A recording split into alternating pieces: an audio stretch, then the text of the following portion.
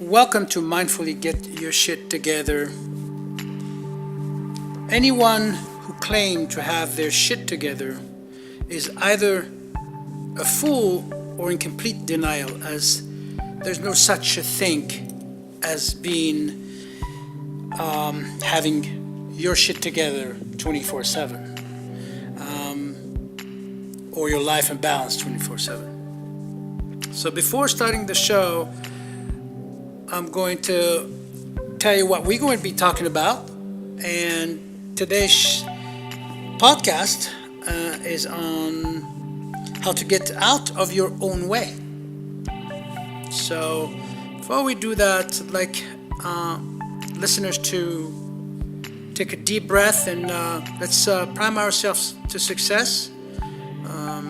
Make sure that you are not going to be driving while doing this exercise. Please stop your vehicle, whatever you are that is potentially dangerous while doing this 1 minute breathing exercise, deep breathing exercise. So why don't you just sit back. If you're sitting down, just sit back in your seat. Make sure that you have your back erect. Close your eyes and take a deep breath. Inhale more. Inhale through the nose. And exhale through the nose. Inhale. Exhale. One more time. Inhale deep. Hold it. Hold it. And exhale. Let's do that one more time. One more time. Inhale deep. Just hold it. And exhale through the nose. Just relax. Just quiet your mind and simply relax.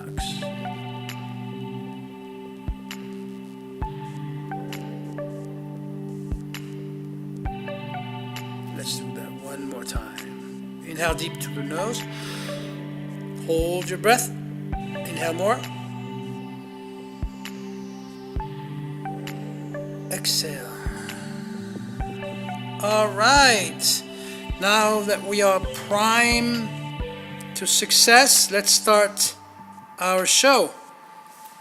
Hello, Mr. Noah Collins. You're back. Yes, sir.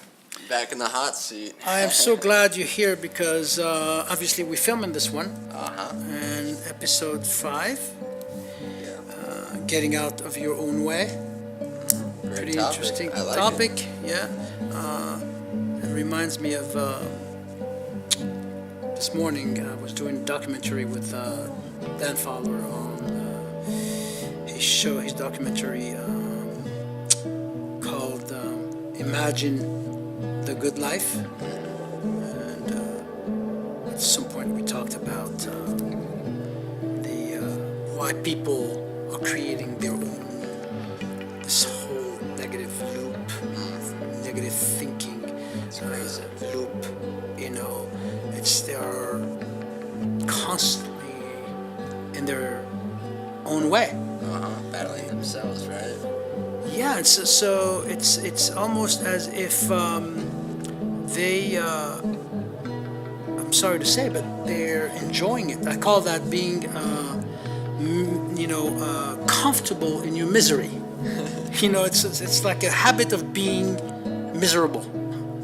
So you only know that, and that's what you seem to attracting all the time. So what does getting out of your own way means? Do you just stop thinking about whatever is creating this inner conflict or these bad feelings, or is it that easy? I could say yes and no, depending on the individual. My experience of getting out of my own way, because I've been there more than I care to talk about or to remember. There's one instance where I was constantly thinking about, what if I lost my position? I had an important position at a company, and ironically, the position I created, that company hired me. They really did not know what were my functions or what I was, my duties. They had few specific in the job descriptions. They had a few specific things, but they didn't really have that position created yet. So I created my own position, and of course, I was as a passionate person. You create something, you make it so big that before you know it, it's controlling you.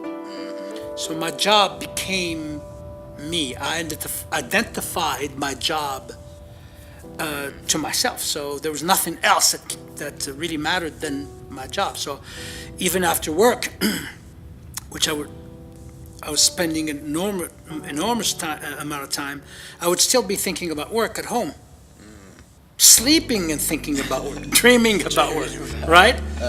And there's an interesting quote by the Dalai Lama that goes something like this: if you think about work after work, you're getting paid. You're working without getting paid. If you think about work, or dream about work for that matter, you're working without getting paid. So think of it. That's what I did back then. After a while, when you exhibit physical and emotional signs of overwhelm or stress, you start thinking, okay, is this worth going through this? I mean, is this job, this position, this company worth my health? And so I would write down the number of hours that I worked in a week and the number of hours that I would be thinking after work. And how many hours were you working? And I was dividing that. At some point I was doing 90 hours. That's including the time that I was spending thinking about work outside of work. Wow. A week, I divided that with a salary that I was paid. I was making twice less than my own employees, my own staff. Wow. So, and since it was not my company, because you could build a company in the beginning, of course, you have to expect working that long and thinking about it, but that's an investment for you. In this case, I was not investing for me. I was working for a salary and building something lucrative for a company. Okay? And so I realized that it was not worth going through that for someone else. But did that realization get me out of my way? Well, maybe for a couple hours, and then I got back into, well, you know why I got back? Because I was in the habit of working those hours, those long hours, and I was constantly thinking. That was a habit. I was miserable or comfortable in my own misery. Okay, so I needed a not only a wake-up call, but I needed to start consciously reminding myself to get out of my way. Okay? Constantly and this is, listeners probably are going to think, well, that's easy said than done. Well, I'm going to say, and this is why I said earlier, it's yes and no. Well, in this particular case, it's yes. When you consciously remind yourself that you are getting in your own way. Okay, you have the ability to step away. But people, still would say, well, it's hard to get out of your own way. Then I could say, yes, you're right. But if you're feeling bad, okay, because when you are in your own way, you feel your feelings, okay, are directly related to the way you think. and the way you do things. So if you're feeling bad because you know that what you're doing is not healthy for you, You're gonna work bad too. then you start thinking that, okay, so if I don't feel good, I'm not thinking good. You got to go back to the source. Okay, you first think and then you feel and then you behave. So you go back when you're feeling bad, you just simply go back to the way you think, and it's going to go something like, wow, I just put in 80 hours this week and I'm exhausted. I can't even take care of my kids. I can't work out. Whatever it may be that is not conducive to your health, that is the sign that you need to get out of your own way. Okay, I use this specific example of my own situation, when I was working for someone else. The rare times that I worked for an employer, that's what happened to me. See, I like to create. I'm a very passionate person. I create stuff. And, whether it's writing a book or becoming a Mr. Universe or creating a fantastic wellness and fitness department at Miraval, it's creation, it's passion, okay? But you can also lock yourself into this, comfort zone where you feel miserable. You're locked yourself by your own creation. You want to, now you created it, so it starts like this. You're passionate about something and you want to impress, if you work, in the case of working for someone. So you are building something, you build something, and then you want to impress and go above and beyond by doing more than you are paid for and more than you're asked to do. But that's your creative mind. Once you do that, you lock yourself in a prison because no one else can do your job. So now the company is locked with you because they need you to sort of make that department or your creation function. You're the only one. In my case, I was wearing 4 different hats. Wow. Not only I was the coach, the trainer, the manager, the speaker. I was doing everything. Of course, my staff did a fantastic, and most of my staff would remind me, Nordine, you're doing too much. But I was afraid, of not delivering. I was afraid of not shining. I was afraid of not impressing. Right? That's where I locked myself in a prison. And it's very, very difficult to get out of that prison, which is what I'm saying. Getting out of your own way is that prison. It is very difficult if you do not consciously connect to your feelings. And how do you connect to your feelings? By bringing yourself back to the present moment. See, it comes back to mindfulness again. We always come back to mindfulness. In order to realize that you're getting in your own way, you have to get connected to your feelings and pay attention, be aware of how you're feeling. Then go back to your head with the source and think and observe your thinking and just eliminate the thought process that is not conducive to your health. That's getting out of your way. When you do that, you're able to move forward in a more proactive way. You're responding.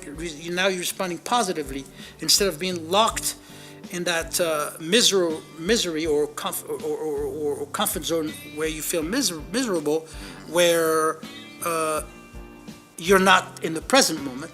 Because remember, that comfort zone has nothing to do with present moment, because it's all about fear.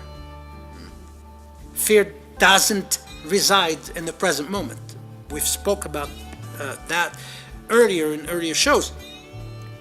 When you put yourself in a more loving mindset by getting connected to your feelings and you being in the moment, that's where you are more creative and you're able to find answers and move forward. You're not reacting. So getting out of your own way means just that. It means get connected to your feelings, observe your thoughts, and ask yourself, are these thoughts conducive to my health and well-being? And most of the time, those thoughts If have no reason to even be there, right? Exactly, because you have created the environment in which you find yourself. And mind you, it's not only a situation where you've created that, but you also put yourself in an outside environment that is conducive to that kind of crap, that kind of conflict. You know, the people you hang out with, wherever you put yourself, most of the time, directly or indirectly, they are feeding into that, comfort zone of being miserable or getting in your own way. Whether they're relating with the misery or... Exactly. So I can, people may ask to give them an example. I can give you an example. So when I was getting into in my own way, is that I had no relationship, to speak of. Romance with my wife was inexistent because I was putting myself in that environment all the time. So my kids, same thing. I was barely there to entertain, this relationship with my kids.